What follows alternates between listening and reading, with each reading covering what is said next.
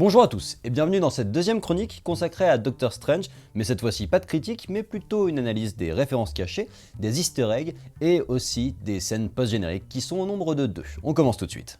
Avant son accident, Stephen Strange refuse plusieurs dossiers médicaux, parmi lesquels celui d'un caporal de 35 ans dont la colonne vertébrale a été brisée dans une armure expérimentale. Alors, clin d'œil à War Machine après son altercation avec Vision lors de Civil War, le réalisateur l'a en tout cas démenti. Dans sa quête de traitement expérimental, Stephen Strange fait mention de recherches en Asie autour de la création cellulaire comme traitement médical, probable clin d'œil à Helen Shaw, la scientifique permettant la création du corps de Vision dans Age of Ultron. Intéressons-nous maintenant au personnage. Wong, le bibliothécaire, n'est autre que le majordome de Doctor Strange dans le comics, tout comme Jarvis, l'ordinateur de Tony Stark dans les films, n'est autre que Jarvis, le majordome des Avengers dans le comics. Daniel Drum, de son côté, interprété par Mark-Anthony Brighton, le sorcier en charge de la protection du Sanctum Sanctorum de New York et qui meurt en le défendant, est dans le comics un fantôme lié à son frère jumeau Jericho, plus connu sous le nom de Brother Voodoo, qui remplacera brièvement Doctor Strange en tant que sorcier suprême pendant un temps. C'est dans le run des New Avengers de Bendis. Le générique nous révèle aussi le nom de certains protagonistes existants dans le comics.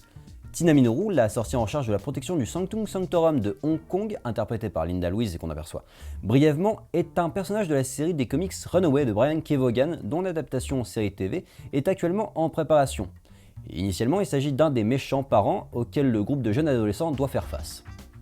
Que serait un film Marvel sans la présence de Stan Lee ?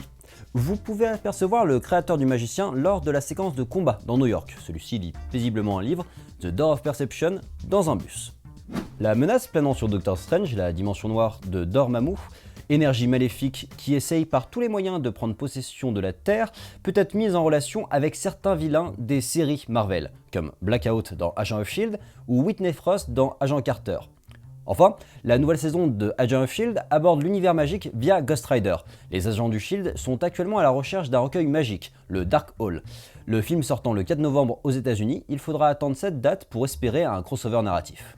Vous avez été déçu par le personnage de Caecilius, le méchant interprété par Mads Mikkelsen, parce qu'il était trop peu développé ?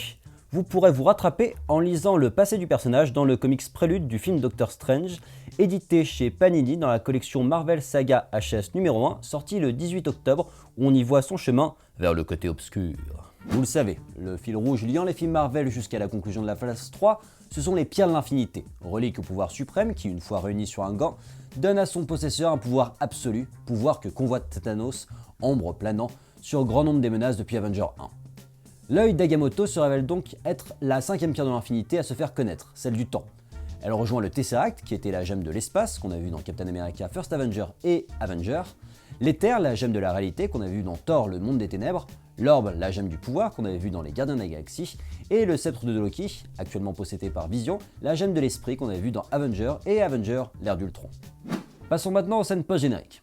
La première scène post-générique fait le lien avec le futur Thor Ragnarok, sortant en novembre.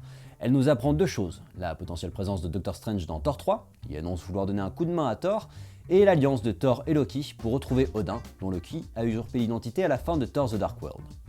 La deuxième scène post-générique, quant à elle, nous annonce le méchant du potentiel Doctor Strange 2, à savoir Mordo, l'acolyte de Doctor Strange.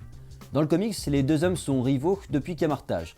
Le parti pris du film est donc d'en faire un ancien gentil, usé par les mensonges de l'ancien, ayant décidé de faire son chemin vers le mal en poursuivant et tuant les sorciers, classe qu'il estime corrompue. Voilà, c'est tout pour cette chronique consacrée aux références cachées, easter eggs et autres scènes post-génériques de Doctor Strange. Vous pouvez consulter la critique en 180 secondes de Doctor Strange en cliquant sur la tête de David Hasselhoff. Et je vous donne rendez-vous sur la page YouTube de Directive Première pour deux critiques ciné en 180 secondes. D'ici là, likez, commentez, abonnez-vous, et puis dites-moi si vous avez trouvé d'autres références cachées dans ce fabuleux Doctor Strange.